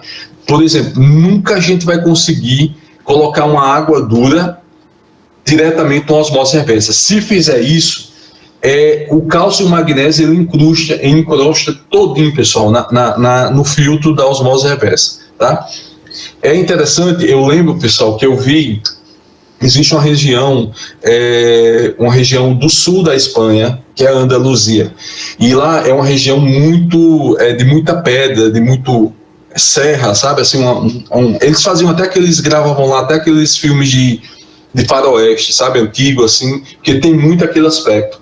A água de lá é extremamente rica em cálcio e magnésio, é uma água dura. E eu lembro muito que eu vi no sistema das casas, né, a entrada da água, a água potável, como a gente recebe, tem um sistema de resina de toque iônica para poder eliminar o cálcio e magnésio. Por quê? Se não fizer isso, pessoal, sobretudo para máquina de lavar roupa e máquina de lavar louça, ela incrusta de sal, de ficar branca, entendeu? Então, isso, o abrandador, ele serve para retirar, e aí justamente vai fazer a troca iônica, vai fazer isso, tá? Então, ou seja, é a deionização, né? Então, ela utiliza resinas, tá? Essas resinas vão fazer essa retirada, e a remoção é unicamente de quê? De sais inorgânicos dissolvidos, tá? É útil como pré-tratamento de água. E aí eu já deixo claro a você, professor, eu posso utilizar água deionizada para a produção de medicamento? Não, você não pode. Ela nunca vai chegar na qualidade de uma água purificada, muito menos de uma água para injetável, tá certo? Então ela é pré-tratamento, não tem discussão. E por quê? Sim, aí aqui são as resinas de troca iônica, né, que aí a gente consegue fazer a regeneração, né, da catiônica com com a regeneração pode ser feita com ácidos, né, e a da aniônica pode ser feita com bases, né, para que a gente possa reutilizar, tá certo? Claro que isso tem um desgaste das resinas, mas a gente consegue fazer isso, tá? Ela pode ser associada com a gente chama de eletrodeonização, e aí essas resinas catiônicas são associadas com essas membranas impermeáveis e a aplicação de um campo elétrico. Então, ela consegue fazer ainda a eliminação melhor de eletrólitos, tá? Isso daqui é muito parecido com... Agora esqueci, pessoal, lá da bioquímica, que você usa o eletrodo positivo e negativo para poder fazer... Fugiu a palavra completamente, pessoal. Mas eletroforese? Eletroforese, exatamente. Isso, eletroforese, exatamente isso aí, pessoal. Esqueci, faltou a palavra, mas é isso. É como se você juntasse a deionização com a eletroforese. Aí você consegue ter uma água de melhor qualidade, certo? Eliminar essa água de melhor qualidade. Quais são as limitações dela? Liberação de fragmentos de resina, ou seja, que pode contaminar a água. Facilidade de crescimento microbiano, aqui, ó, pessoal, formação de biofilme, tá certo? E baixa remoção de resíduos orgânicos. Ela só se presta à eliminação de resíduos inorgânicos, tá? De eletrólitos inorgânicos que estão ali e que ela consegue fazer. Orgânicos ela não consegue fazer. Então ela é muito limitada, não há discussão para a utilização, seja na produção de medicamentos ou até mesmo na manipulação, tá, pessoal? Então não tem essa característica, tá? E aí a gente entra na filtração por membrana, e aí aqui a gente vai ter que a membrana ela vai agir como uma barreira semi-permeável, né, e o fluido vai passar por ela por meio de pressão, né? Então a filtração ela é uma técnica de membrana, é uma técnica utilizada, né, para separação de soluços, ou seja, partículas, né, de diferentes massas moleculares de amostra. A osmose reversa e a ultrafiltração são os de maior interesse para a indústria farmacêutica, mas de longe a osmose reversa é o mais utilizado. Tá certo? Unicamente a osmose reversa, eu digo assim, como processo final de purificação, tá? Então ela vai utilizar membranas, a barreira mais eficiente para a remoção de bactérias, vírus e outros patógenos, tá certo? E isso a ultrafiltração, tá? E ela vai concentrar sólidos suspensos em soluções com massa molecular acima de 1000, tá certo? Nessa ultrafiltração, pessoal, o permeado ele possui solutos orgânicos e sais de baixo peso, tá? Então ele tem essa característica, ele consegue filtrar melhor gordura e proteínas, mas ele ainda consegue passar alguns sais e açúcares, tá? Então costuma ser utilizado como pré-tratamento de águas para o sistema de osmose reversa. Qual é o inconveniente? Formação de biofilme, tá? Então ponham sempre na mente de vocês, tudo que for membrana, que for reter, o maior problema, não só membrana, né, mas, por exemplo, os filtros lá que a gente utiliza, sempre tudo que for reter, ele pode reter bactéria, pode, e aí ele pode fazer e propiciar a formação de quê? De biofilme, tá certo? Então isso é uma característica importante. A outra, o mais utilizada e também de importância enorme para a indústria farmacêutica, é a osmose reversa, que ela utiliza membranas semipermeáveis, tá certo? Remoção de íons, micro-organismos e endotoxinas bacterianas, né, ela faz isso, remove de 90% a 99% dos contaminantes, necessita de pré-tratamento, sobretudo aquilo que eu falei para vocês, se a água é dura, retirar o cálcio e o magnésio, né, e aí ela é adequada para a produção de água purificada, tá certo? Então a gente tem uma membrana semipermeável, a gente exerce uma pressão e o solvente, desculpa, vai passar do mais concentrado para o menos concentrado aqui, que aí é por isso que ela é chamada de reversa, né? Ou inversa. Aí seria isso. Aqui mostro para vocês.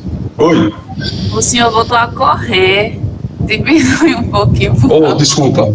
Não, porque eu olhei pro tempo, tá? Vou diminuir um pouquinho. Tá certo, obrigado. Né? Então, vamos lá, pessoal. Qual é a importância da osmose reversa, pessoal? Pessoal, a osmose reversa, ela tem uma função muito grande, porque ela pega uma água que é salina e ela transforma essa água numa água purificada. Não é isso? E isso, para a obtenção de uma água que possa ser utilizada, ela é fundamental, tá certo? Então, existe um país no mundo que é referência na produção nesses sistemas, né? É referência para o mundo inteiro. Quem sabe me dizer qual é esse país? E por que ele utiliza? Acho que é Israel, não sei. Israel, porque a quantidade de água doce é muito pouco, então eles usam água do mar. Exatamente, eles usam água do mar para fazer isso, né? Isso. Então eles têm essa dificuldade, então sobretudo as partes desérticas, né? Então eles têm eles puxam para poder fazer isso. Os Estados Unidos também têm um local, eu não lembro exatamente, sabe, pessoal? Eu acho que é na região de Salt Lake City. Eles têm uma região lá que eles fazem também isso, porque é a única solução. Para a gente poderia até fazer, mas eu acho que economicamente não é viável. Por quê? Porque a gente tem muitas fontes de onde a gente pode trazer, né? A gente tem um ambiente, né, muito grande, que tem muita água, sobretudo água doce, que a gente consegue obter, que não é água tão rica em eletrólitos, e a gente consegue ter mais tranquilo. Mas é exatamente isso. Israel é quem utiliza. E tem um outro exemplo que é muito importante nessas regiões de guerra, né? Sempre, né, existe um navio, tá? Esse navio da ONU, e ele justamente fica captando a água, transforma essa água salina sob pressão numa água purificada, e essa água de qualidade, depois ela é transformada em água potável. Professor, por que ela não pode ser administrada antes? Pessoal, essa água obtida da osmose reversa é uma água com uma certa pureza, é ideal para a produção de medicamentos, mas não é ideal para o uso humano, né? O que é que a gente usa? Uma água potável. Então, ele torna a água potável para poder fornecer à população, tá certo? Então, isso é fundamental, tá? Então, aqui a gente tem a separação, né, pela uma membrana semipermeável. Imagina aqui essa membrana. Aqui a gente tem a solução salina, ou seja, água salina rica, faz uma pressão, o solvente ele passa por essa membrana semipermeável e a gente consegue a água purificada desse outro lado aqui, que é justamente a água que vai ser utilizada para a produção do medicamento, tá certo? Então, são preparadas, né, como eu disse, para a membrana semipermeável, ou seja, permeável para os solventes, impermeável para os solutos, tá? Então, ele consegue reter esses solutos aí, tá? Qual é o inconveniente? Apesar de ter uma excelente qualidade na produção de água, sempre vai ser formação de biofilme e incrustações de sais de cálcio e magnésio, água dura. Por isso que, se for uma água dura, tem que tirar, tá certo? Pressão diferencial ao longo da membrana, sobretudo quando a gente tem, por exemplo, os pontos que começam a acumular sais de cálcio e magnésio, tá bom? Então isso começa a prejudicar. Oi. Quando forma um biofilme, eles meio que tipo raspam, eles têm que trocar o filtro? Não tem como, não tem que fazer, nem raspar, não tem nada que. Tem que trocar tudo. Isso aqui, ó. Imagina esses tubos aqui, eu vou mostrar, tem outra foto, tá, para vocês verem melhor. Vai ter que trocar isso. E aí vocês podem perguntar, professor, como é que ele percebe essa questão do biofilme? Eu disse a vocês que a água ela é testada todos os dias, né, para micro-organismos. A primeira coisa que acontece quando tem biofilme, começa a positivar para micro-organismos, para bactérias. Tá? Então, sabe que tem ali um local que está contaminando, e assim, professor, como é? Vai de um dia para o outro, aumentou? Não. O aumento é gradativo, entendeu? No crescimento microbiano. Né? Então, você vai tendo cada vez mais a formação. Você não pode, você pode colocar o que for, a água sanitária não vai matar. Esses tubos aí, você não pode jogar temperatura, certo? Você não pode aquecer, porque destrói. Então, se houve, é só trocar tudo, tem que trocar todo o sistema. Quer dizer, se identifica onde tem, na verdade, e troca aquela parte do sistema. Por isso que é muito caro para a indústria. E por isso que existe um farmacêutico específico que faz o controle e gerencia toda a parte de produção de água. Isso muito mais na indústria de estéreis, tá, pessoal? Na indústria, na produção de não estéreis isso é mais tranquilo, mas na produção de estéreis isso é muito presente, é muito forte, porque realmente o prejuízo pode ser muito grande para a indústria. Entendeu? E sim, essa diferencial de pressão, eles veem cada vez que a pressão possa aumentar mais, possa ser que ele está obstruindo mais, pode ser que seja o biofilme que esteja impedindo, então tudo isso vai estar relacionado e a gente consegue fazer. Ter ideia, pessoal, isso aqui é um sistema industrial, vocês estão vendo aqui a quantidade disso aqui, parece uns canos, né, de tubulação, tudo isso aqui está cheio do que a gente chama da membrana de osmose reversa, tá? Então o fluxo de entrada é por aqui. Eles são feitos de várias folhas, tá? O tubo coletor. Aqui é o tubo coletor, eles são feitos de várias folhas dobradas, tá certo? Que aí eles chamam de espaçador, membrana, transporte do permeado. E aí ele passa por isso aqui e aí ele vai filtrando, tá? No final sai o permeado e o rejeito. Professor, existe rejeito de água? Existe, só que na indústria o rejeito de água não é como aquele que a gente conhece aqui nas academias, nos laboratórios, onde fica descendo aquela água do destilador e vai embora sem utilização. Na indústria, essa água é utilizada para prevenção do incêndio e para aguar plantas, molhar jardins, entendeu? Lavagem de local externo, então isso não é perdido na indústria, tá certo? Mas também tem a questão da perda, que é considerável. Então é um sistema igual a esse aqui é um sistema industrial para produção de osmose reversa, tá certo? E aí, professor, aqui eu queria... Oi. Rapidinho, se essa água tem todo esse risco, dentro das BPFs vai existir alguma técnica ou processo para evitar que aconteça essa formação de biofilme? Vai. Na verdade, sim. A formação do biofilme... Ou vai ser uma coisa inevitável, vai acontecer em algum momento? Não, ela é evitável. Ela é evitável porque ela vai... O principal termômetro é a água que a gente vai ter de entrada de água potável, né? Então, no controle dessa água, o controle microbiológico é fundamental.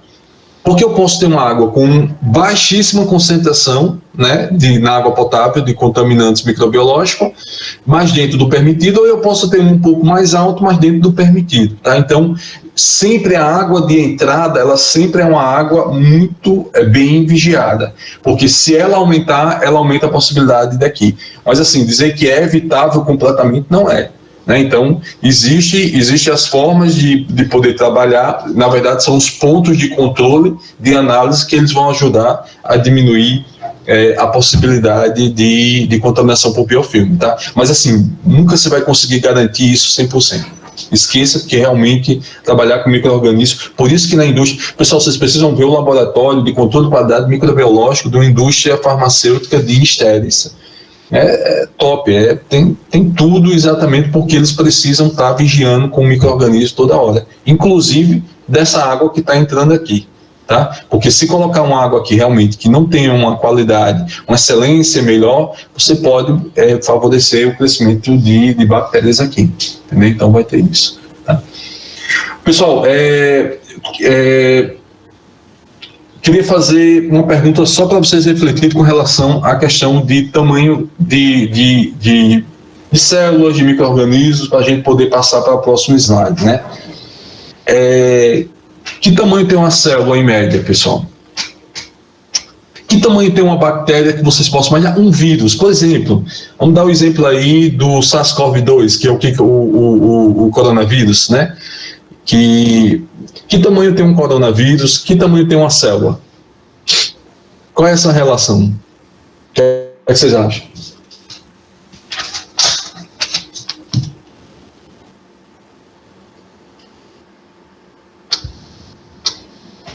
Não é, Márcia? E aí, nada? Deixa eu colocar aqui para vocês tirarem. Pessoal, em média, o tamanho, tá, em micrômetros, tá, de uma hemácia é cerca de 5 micrômetros, tá? É um tamanho considerável.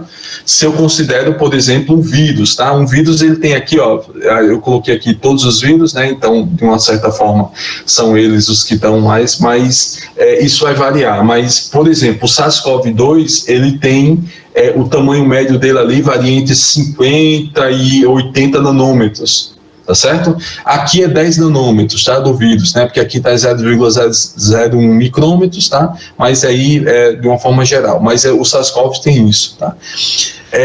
Então, todas as células dos fluidos corporais, em média, 5 micrômetros. As partículas perigosas ou líquidos intravenosos, né, 1,2, tá.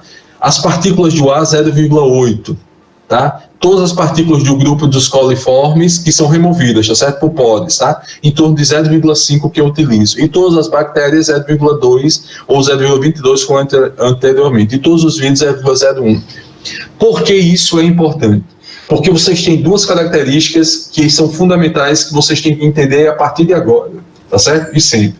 É que o tamanho do poro, ele vai me condicionar o que é que eu vou ter como limpeza, como possibilidade de tirar daquela preparação. E o segundo aspecto é que algumas formas farmacêuticas, elas não são adequadas à filtração, certo? Então, por exemplo, quando a gente for para a segunda unidade, que eu vou falar para vocês de emulsões e suspensões, esqueça, emulsão e suspensão não pode ser filtrada. Certo? Não pode ser filtrada. Se você for filtrar uma emulsão ou suspensão, você vai reter tudo que tem de gota, no caso da emulsão, ou de partícula, no caso da suspensão, no poro, tá certo?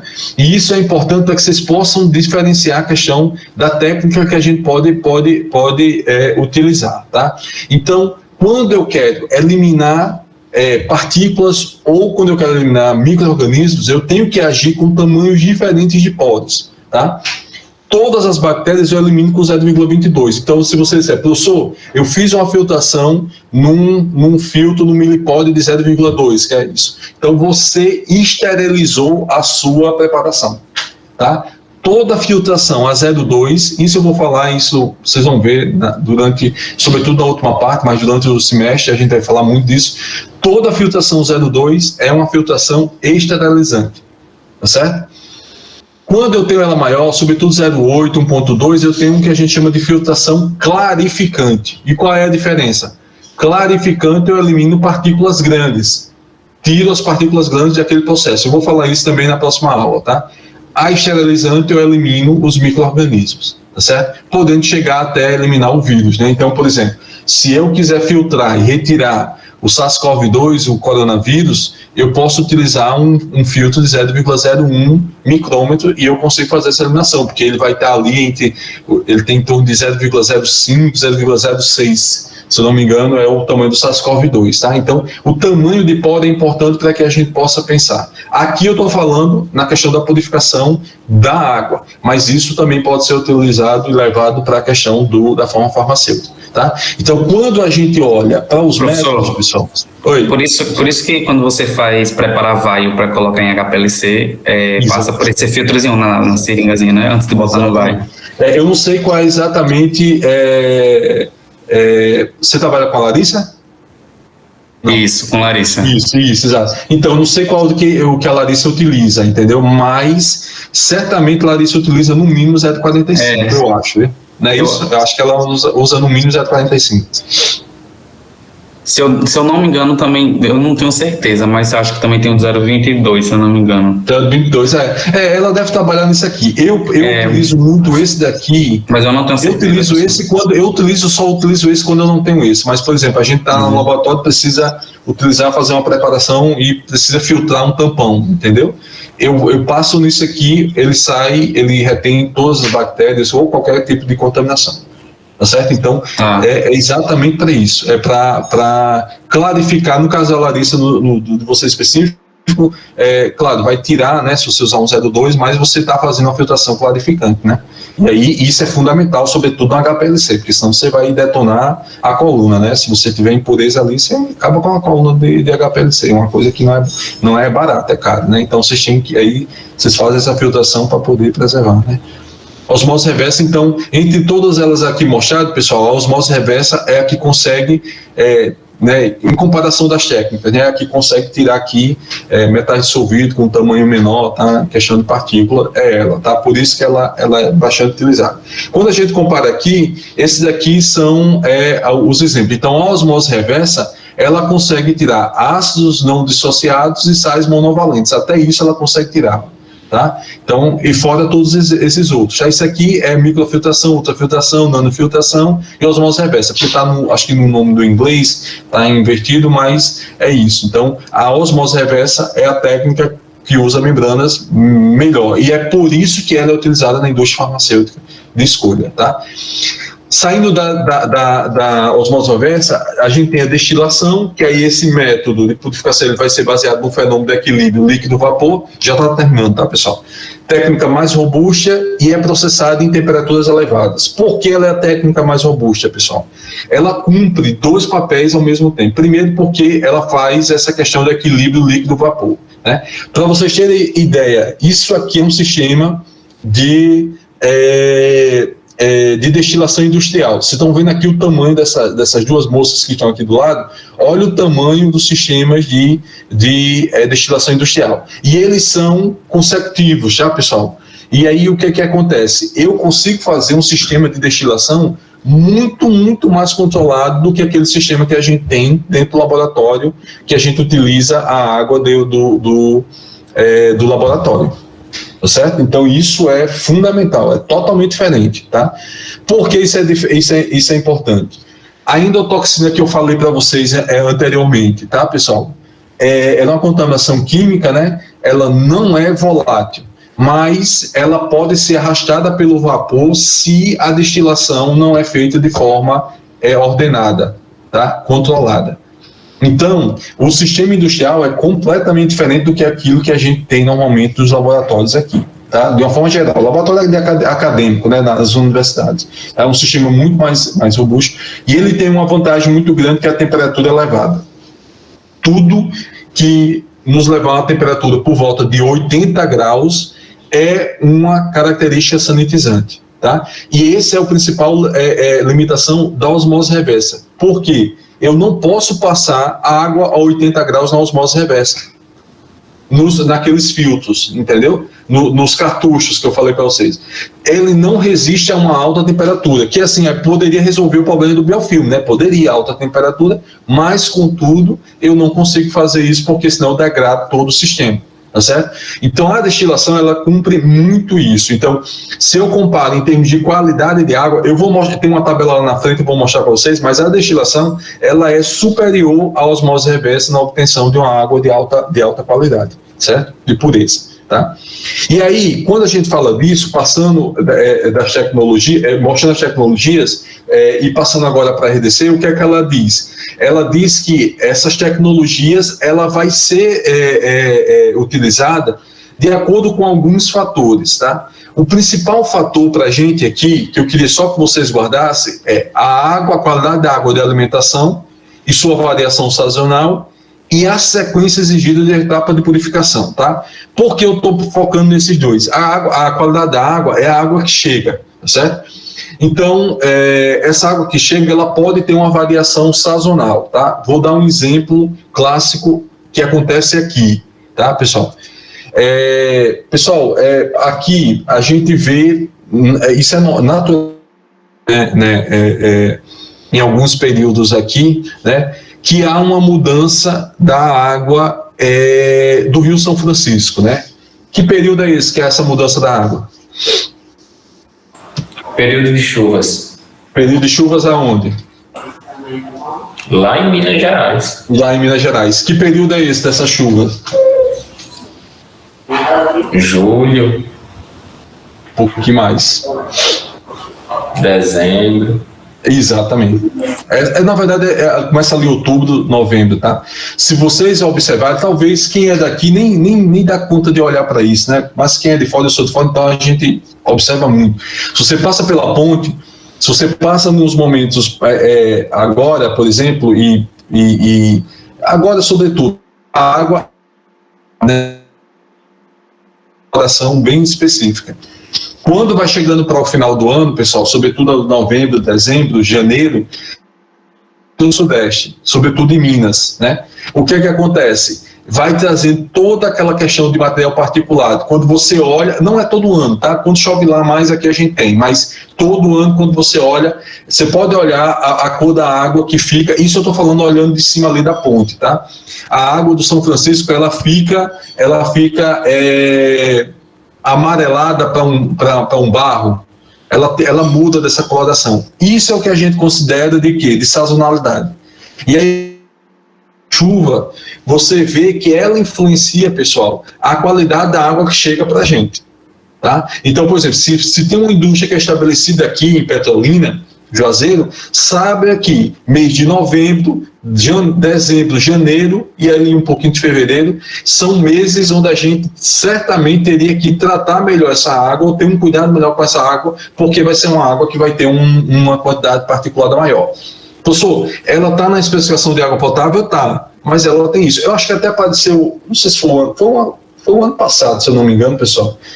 O pessoal reclamando da água que abria a torneira, a água vinha amarela, vinha uma água turva, e era justamente a influência disso, tá? E aí o que é que acontece? A exigência da etapa de purificação vai mudar, tá? Então daqui o que eu queria destacar para vocês é isso, tá certo? E o que é isso, essa etapa, né? Na verdade, para obter uma água purificada, geralmente a gente vai ter uma combinação de tecnologias, que está envolvido com a deonização, ou eletrodeonização, ultrafiltração e osmose reversa, tá? Claro que antes disso tem um sistema de pré-filtração, né? de pré-tratamento, tá? Mas depois que passou pelo pré-tratamento, necessariamente de deonização ou eletrodeonização, para pular para uma osmose reversa. O que é importante dizer é que a técnica de deonização não é adequada como etapa para purificação, única de purificação. Professor, deionizei a água, vou utilizar na produção do medicamento. Esqueça que isso nunca vai chegar na qualidade de uma água purificada a partir da deonização, tá? É elevado o risco de contaminação físico-química e microbiana. Tá? Esses são os motivos. E a osmose reversa é a técnica mais utilizada como etapa final em produção de água purificada, né? A ultrafiltração e destilação podem também ser utilizadas, mas, claro, a ultrafiltração, já falei para vocês, sempre é como pré-processo, né? E a destilação é utilizada, mas um sistema de destilação, ele sai muito mais caro, porque é mais, sobretudo, aquecimento, tudo isso, para que se obtenha uma água purificada. Então, a osmose reversa é a de escolha para uma água purificada, tá certo? Quando a gente fala da água para injetáveis... Oi, pode falar. Na destilação, que na hora cortou para mim, na destilação consegue eliminar o biofilme, é isso? Na verdade, na eliminação não há formação de biofilme, né? Por quê? Por causa do sistema que é altas temperaturas. Não há formação de biofilme. Do calor. Ah, entendi. Entendeu? Não há nem formação, entendeu? Naquele sistema não há nem formação. Por isso que ele é o top em termos de exigência e de qualidade da produção de uma água para injetáveis. Pronto, obrigado. Certo? É isso. Aqui a mesma coisa, a qualidade da água, tá certo? A especificação e o processo que a gente vai ter para água para injetáveis. Contudo, a destilação é a técnica preferida para água para injetáveis, tá certo, pessoal? Sendo mesmo considerada como estágio final de purificação por algumas farmacopeias, né? E aí, o que acontece? Isso tem mudado, mas o aparelho de osmose reversa, né, ele pode ser utilizado, né, mas se utilizado na produção de API, ele deve ser validado de forma a garantir que a qualidade da água produzida seja equivalente à preparação por destilação, tá certo? Entenda, eu estou falando de água para injetáveis. A técnica final para água para injetáveis, água purificada, é osmose reversa. Já para a água para injetáveis é a destilação. Mas, professor, eu posso usar a osmose reversa? Pode, desde que você prove que a água que você está obtendo da osmose reversa tem a qualidade igual à da água para destilação. Tá certo? E aí o que é importante observar é que muitos equipamentos disponíveis comercialmente não são projetados para tal uso, ou seja, de osmose reversa não são projetados para obter água para injetáveis. Tá? O que é que acontece? A indústria ela pode fazer, e ela utiliza muito, o que a gente chama água biosmolizada, ou osmose de osmose. O que é que acontece? Ele faz a osmose, usa a osmose reversa da água, pega aquela água que ele obteve, pessoal, passa de novo no sistema. É a água osmose 2 vezes. tá? Aí ela consegue chegar num nível melhor. Mas é muito mais, é um processo para que passe em 2 sistemas para poder chegar, tá certo? Onde a destilação, por si, ela já consegue chegar lá. Tá? E aí eu queria que vocês guardassem isso, tá? Que atualmente não é possível assumir que a água que a qualidade de água para injeção, a API, preparada por osmose reversa é tão segura quanto a água preparada por destilação, tá? Então, tecnicamente, a tecnologia de osmose reversa é inferior à destilação, devido a um maior risco de contaminação físico-química, biológica e microbiológica, principalmente o que? Formação de biofilme. Então, a principal inconveniência da osmose reversa é a alta probabilidade de formação de biofilme. Tá certo? Então, isso de longe. Sempre associe tudo que tiver barreira, membrana, vai ser associado com a possibilidade de formação de biofilme. Tá? Então, a destilação, de fato, é a ideal para água para injetáveis, para obtenção. Tá bom? Aqui, ó, eu falei para vocês, aqui resumo tudo que eu disse, ó. A serviço de remoção total, quase total, as 3 cruzes, só quem tem é a destilação. Tá? A osmose reversa, ela pode falhar aqui em sais minerais, em moléculas orgânicas, tá certo? Mas a destilação, ela tem essa qualidade. Tá? E lembre-se que quando eu falei lá, ela pode eliminar de 90% a 99% da impureza, a osmose reversa, né? Aí, se ela elimina 90%, significa que tem 10%. Então, por isso que ela não é qualificada como o mais adequado. A deionização não cumpre nem de longe. Estão vendo aqui? Só tira sais minerais. O restante não tira nada, praticamente. Tá bom? Então, fiquem e entendam isso. Deionização nunca será uma técnica final para a utilização, para a preservação de águas, tá? Então, o que eu queria que se diferenciasse é assim, a partir de hoje, que é que vocês entendem como a água que eu posso usar para medicamento, água purificada e água para injetáveis. E água destilada? A água destilada é uma água obtida da destilação que vai me dar uma água de característica de água para injetáveis, tá? Então, uma coisa é a água, o nome da água relacionada à técnica, outra coisa é o nome técnico que a gente usa aqui na tecnologia, né? Não só na tecnologia, na farmacotécnica também para produção ou preparação de água, tá certo? Aí aqui eu só coloquei algumas limitações de osmose reversa e formação de biofilme. Então, formação rápida de biofilme, elevada produção de subprodutos, né, proteína, carboidrato, pelo biofilme, tá? Variedade de bactérias, pode ter tanto gram-positivas, gram-negativas, patogênicas, micobactérias, tá certo? Que pode ser encontrado no biofilme. E aí aqui tem uma característica importante da micobactérias, tá? Pessoal, micobactérias é o do micobactéria tuberculose, que causa tuberculose, né? Do leprae, que causa hanseníase, e assim por diante, tá? Qual é a característica fundamental dessas micobactérias, pessoal? Como o metabolismo. O que é que diferenciam elas? Não sei se vocês estão vendo isso com a André, ou se vocês vão ver, ou se vocês já viram. O que é que diferencia ela? Tem uma característica específica para micobactérias. Alguém lembra? Lento crescimento, pessoal. São 14 dias para ver um crescimento de micobactéria. Tá? Por isso que a quarentena de um medicamento estéril são 2 semanas. Tá certo?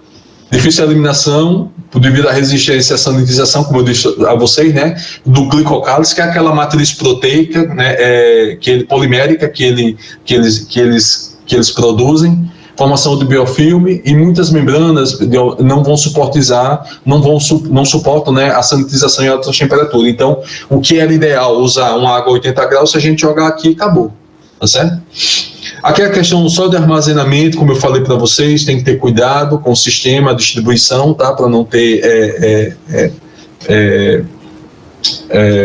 problemas de crescimento, tá? Armazenamento, água ultra purificada, eu falei para vocês, menos de 24 horas. Quanto maior o grau de purificação, mais rápida a recontaminação, eu expliquei, né?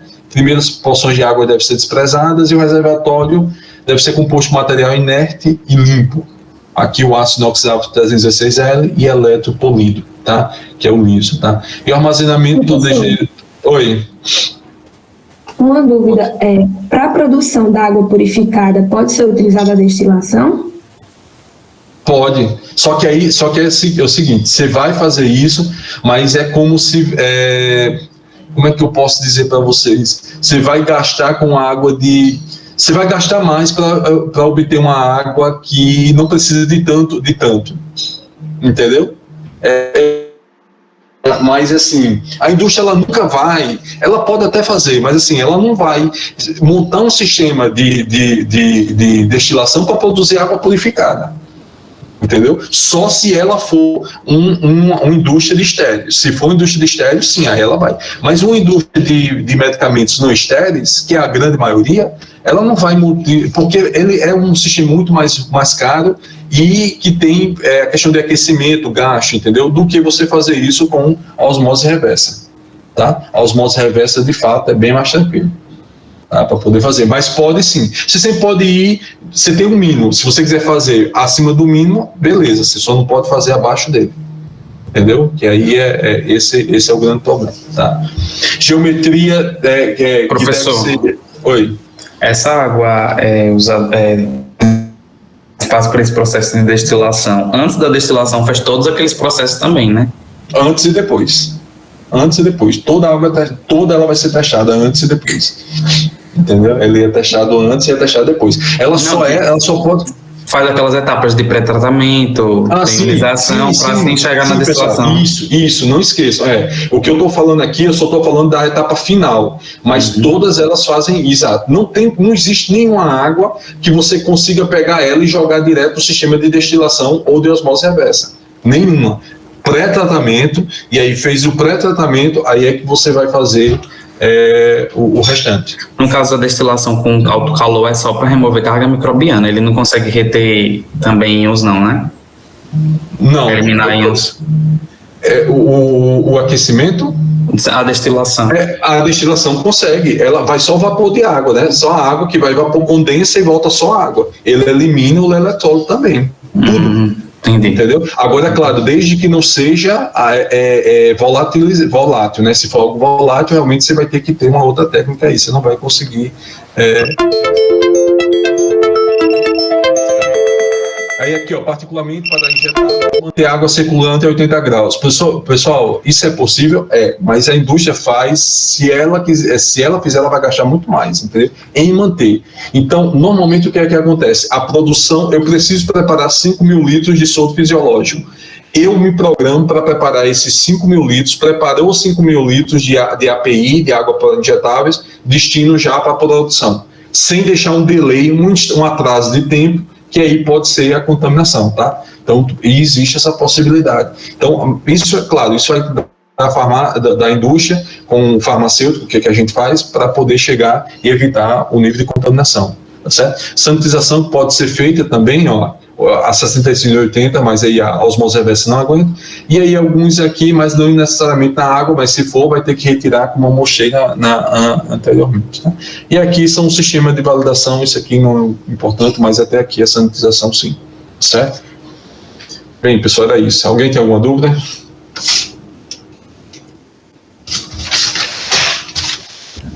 Professor, nada. O senhor vai mandar esse slide ainda hoje? Eu vou colocar tudo, eu vou colocar já o sistema, eu vou colocar tanto os slides quanto o material de água para vocês, tá? Pessoal, o material não necessariamente, vocês precisam ler todo, tá ali, vai estar disponível, se vocês acharem que a leitura é interessante, vocês vão fazer, mas sabem onde tem a fonte para poder buscar, certo? Aí eu vou colocar, já eu coloco lá. Só vou fazer aqui a chamada, tá? Você abre o microfone e diz aí que está presente. Amanda.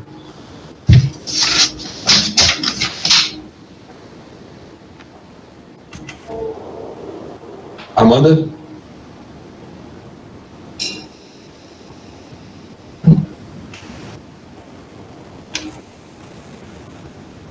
Não. Anderson. Sério.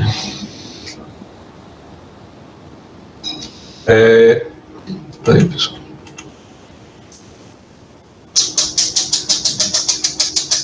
Você não pode responder, você não está podendo abrir o microfone? Eu prefiro que abra o microfone, tá? Se não for possível, tudo bem, mas prefiro que abra o microfone, tá, pessoal? Bárbara Alves. Presente. Bárbara Artemis. Presente. Presente. Brenda, Presente. Bruno,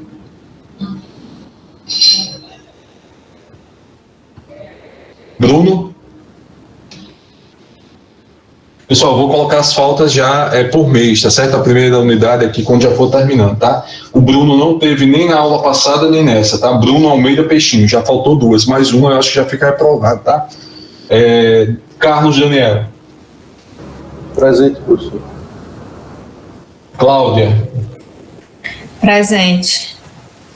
Daniel. Aqui. Denise. Presente. Lucilene.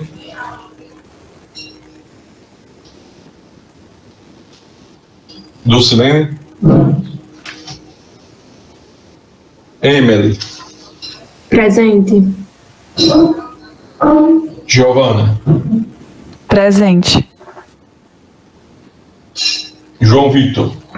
Presente. Laura. Presente. Letícia.